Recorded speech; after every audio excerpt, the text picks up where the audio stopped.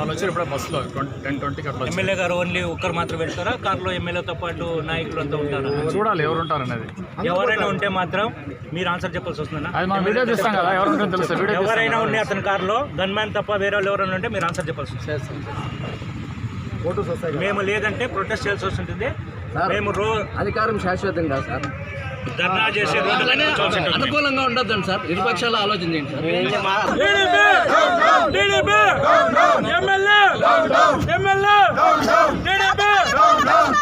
చాతగాలి బాలకృష్ణ, చాతగాలి బాలకృష్ణ, చాతగాలి దద్దమ్మ, చాతగాలి దద్దమ్మ, చాతగాలి దద్దమ్మ బాలకృష్ణ. చెప్పండి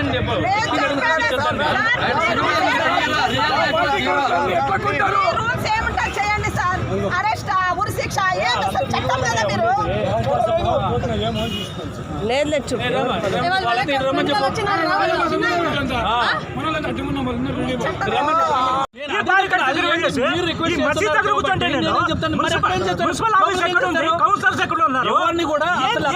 అమ్మలాంటి పార్టీ వీసిన కౌన్సిలర్లు, అమ్మలాంటి పార్టీ వీసిన కౌన్సిలర్లు, అమ్మలాంటి వీసిన పార్టీ కౌన్సిలర్లు, అమ్మలాంటి వీసిన పార్టీ కౌన్సిలర్లు.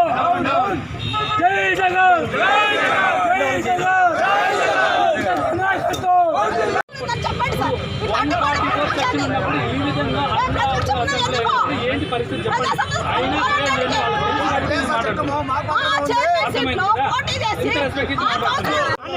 అందరూ పనిచేస్తారు, మీరు హామీ ఇవ్వగలరా?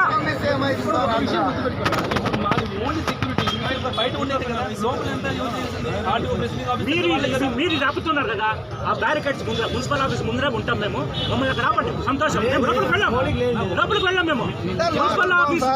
మీడియా సోదరులందరికీ నమస్కారం తెలియజేస్తున్నాను. ఈరోజు హిందూపూర్ మున్సిపాలిటీ ఎలక్షన్స్ అనేది జరిగినాయి. అందరికీ తెలుసు ఏం జరిగింది అని, ప్రజలందరికీ కూడా తెలుసు. వైఎస్ఆర్సీపీ పార్టీలో గత మున్సిపల్ ఎన్నికల్లో 38 వార్డులు ఉంటే 30 సీట్లు వైఎస్ఆర్సీపీ తరఫున మన కౌన్సిలర్స్ గెలుచుకున్నారు. ఒక పేరుతో, జగనన్న పేరుతో గెలిచిండే ఆ 30 సీట్లు ఈరోజు బాలకృష్ణ గారు ఫిలిమ్స్లో చెప్తారు, పార్టీ అంటే కన్న తల్లి లాంటిది అలా ఇలా అని. కానీ బాలకృష్ణ గారు ఈరోజు మన పార్టీ గెలిచిన కౌన్సిలర్స్ ఎవరైతే ఉన్నారో వాళ్ళని ప్రలోభాలకి మీరు గురి చేసి ఆర్థికంగా వాళ్ళని, పర్సనల్గా వాళ్ళని దెబ్బతీసి ఈరోజు ఆ పక్క లాక్కున్నారు. పోయిన కౌన్సిలర్స్ అందరికీ నేను చెప్తున్నాను, ఇది మీ రాజకీయ భవిష్యత్తుకి ఒక ఫుల్ స్టాప్ అన్నమాట. ఈరోజు మీరు ఎన్నిసార్లు గెలిచినారు? ఈరోజు పోయినటువంటి కౌన్సిలర్స్ మీరు ఎన్నిసార్లు గెలిచినారు?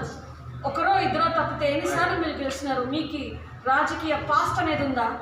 అలాగే ఈ 5 సంవత్సరాల్లో మీరు కౌన్సిలర్ అయ్యిండేది మాత్రమే తప్పితే మీకు భవిష్యత్తు అనేది ఉండేది లేదు.